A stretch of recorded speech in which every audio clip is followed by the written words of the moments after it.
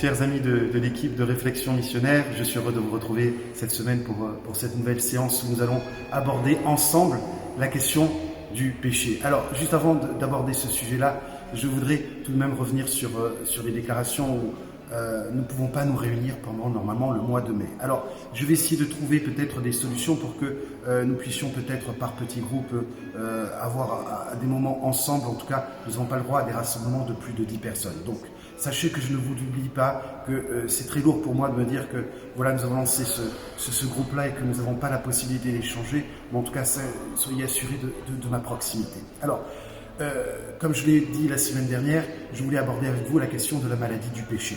Parce que le Seigneur Jésus est venu pour nous guérir.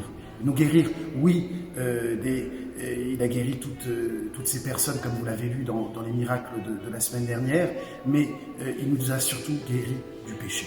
Et je vous ai remis pour cette semaine le texte de Matthieu sur le paralytique. À chaque fois, la question, c'est que Jésus veut en premier lieu guérir le péché, parce que c'est cela qui rend le plus malheureux l'homme. Ce ne sont pas les maux physiques, c'est pas cela.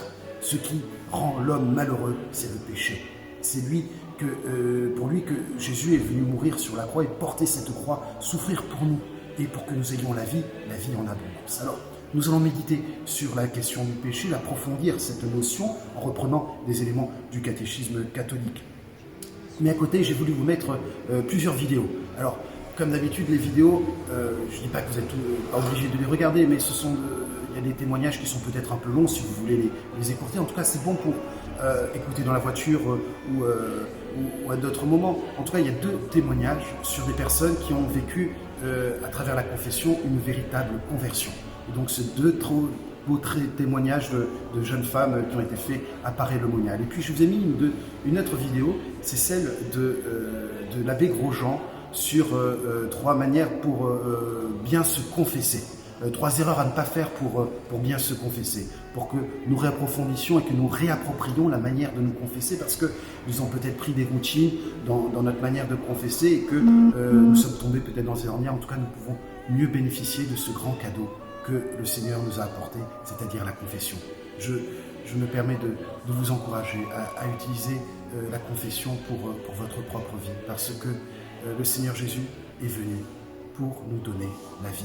Et le péché, c'est l'opposé de l'amour. C'est ce qui nous empêche de pouvoir vivre en enfant de Dieu pleinement sur cette terre. C'est ce qui nous empêche de pouvoir bénéficier de cette lumière au quotidien. Alors, soyons avec le Christ pour détruire ce péché. Soyons avec lui pour retrouver la paix de notre cœur. Apportons-lui nos péchés. Je me permets de vous partager une petite histoire petit élément spirituel que j'ai lu cette semaine chez Don Marmion, qui est un grand maître spirituel, qui parlait que nous devions être comme des personnes qui vivent dans la rue et qui mendient. C'est-à-dire que lorsqu'on mendie, généralement, on ne va pas se mettre ses beaux habits, on ne va pas s'endimancher pour aller quêter dans la rue. Généralement, on montre tel qu'on est. Et même, généralement, on va insister sur nos difficultés, sur ce que l'on est. Celui qui n'a pas de bras, il va montrer qu'il n'a pas de bras. Celui qui est aveugle, il va montrer qu'il est aveugle. Celui qui n'a pas de jambes, va montrer qu'il n'a pas de jambes. Ou quelqu'un qui a des enfants et qui n'arrive pas à les nourrir, va les montrer. Alors, c'est cet étalage que nous devons faire devant le Seigneur. Nous devons lui montrer nos faiblesses, nous devons lui montrer nos péchés pour qu'il puisse venir les guérir, pour qu'il puisse être le vrai médecin de nos âmes.